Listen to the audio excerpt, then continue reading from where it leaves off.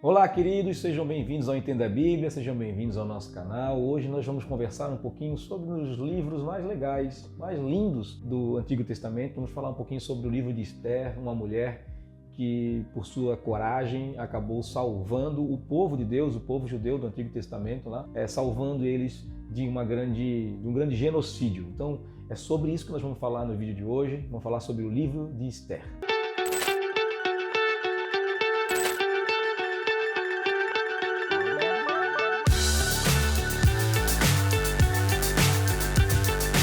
Em primeiro lugar, nós temos que nos posicionar historicamente. Quando aconteceu a história de Esther?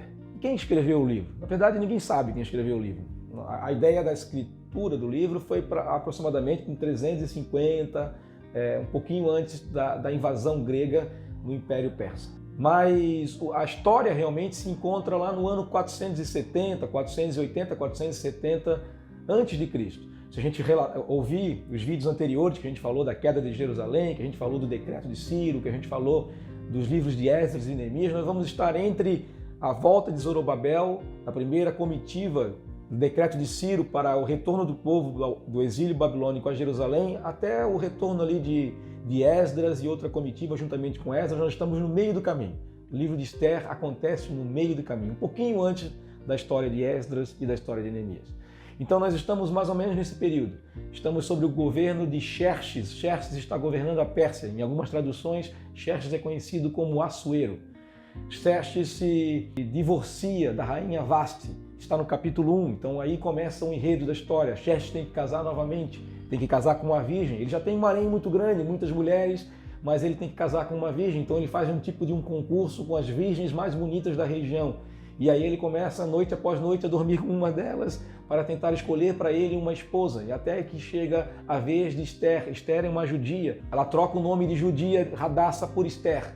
Esther é um nome mais aceito, um nome mais persa. Então ela acaba sendo escolhida por Assuero, por Xerxes, e acaba casando com Xerxes, acaba se unindo com Xerxes. Então esse é o início da história. Está presente naquele lugar. Mardoqueu é seu tio, ele serve ao rei, mas em certo momento ele acaba perdendo a sua serventia, porque ele não aceita se dobrar perante os conselheiros do rei, ele não aceita adorar os conselheiros do rei, honrar os conselheiros do rei. Então Mardoqueu acaba sendo perseguido, e Ramã, um dos conselheiros do rei, que fica revoltado com Mardoqueu, é essa pessoa que acaba perseguindo Mardoqueu e acaba fazendo com que Mardoqueu acabe saindo da presença do rei ou da serventia para o rei. E diante disso, Ramã se torna um grande inimigo do povo judeu. Por causa da raiva que ele tem com Mardoqueu e da raiva que ele tem por todos os judeus, ele acaba servindo como um grande inimigo do povo judeu, e ele acaba diante de uma bebedeira que eles têm, de um conselho, ele dá um conselho para o rei e acaba dizendo que o povo judeu é o único povo que, dentre os povos súditos dos persas, o único povo que não se dobra, que não honra, que não reconhece o rei Xerxes como o grande rei, e como um deus, porque eles têm o seu próprio deus, eles têm o seu próprio rei, e eles não reconhecem isso. Então acaba fazendo uma trama ali, ele acaba fazendo uma trama e acaba diante disso marcando uma data para o extermínio, para o genocídio de todos os judeus. Todos os judeus têm uma data marcada, a data é 13 de Adar. E é por isso, talvez, uma curiosidade aqui, a gente poderia falar em outro vídeo, vamos falar rapidinho aqui, é por isso que o número 13 é um número, já desde aquela época, e pelos judeus, o número 13 é um número que eles não gostam, eles consideram um número do azar. E por isso que ficou na nossa cultura também o 13 como um número do azar. Em alguns prédios judaicos, você vai perceber que não tem o 13. O andar 13 não existe. Em alguns prédios não existe o andar 13 porque eles consideram o 13 um número ruim, um número de uma maldição, porque foi a data marcada para a morte de todo judeu.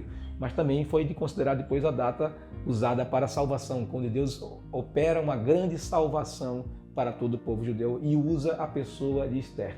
E Esther, sabendo da notícia, sabendo do decreto que o rei mandara matar todo judeu, nessa data 13 de Adar, ela entra na presença do rei, e aí ela corre risco de morte, porque ela não poderia entrar na presença do rei, mas ela entra na presença do rei, o rei é solícito com ela, toca nela e permite com que ela, toca com seu cetro nela e permite com que ela fale, relate. Então ela marca um jantar, manda chamar Ramã, Ramã se sente honrado por aquilo, e aí no meio do jantar, de 1 ou 2 jantares, ela acaba falando de tudo que estava acontecendo, e o rei fica com raiva de Ramã, acaba matando Ramã, enforcado na forca que Ramã tinha preparado para Mordecai.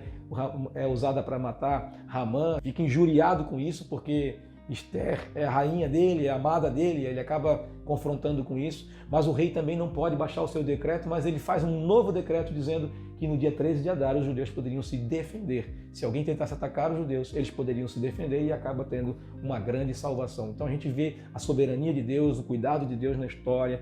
Os judeus poderiam ter sido totalmente exterminados, poderia haver um grande genocídio, os persas dominavam a região, todos os judeus moravam praticamente naquela região do Império Persa e eles poderiam ser mortos porque existia um decreto real para que eles todos fossem assassinados nesse dia. Mas depois ele baixa um outro decreto dizendo que eles poderiam se defender e eles se defenderam. E diante disso tudo surgiu uma nova festa, a festa do Purim, e nós vamos falar sobre a festa do Purim como uma curiosidade também num próximo vídeo. No próximo vídeo nós vamos falar sobre uma curiosidade porque não aparece o nome de Deus no livro de Esther.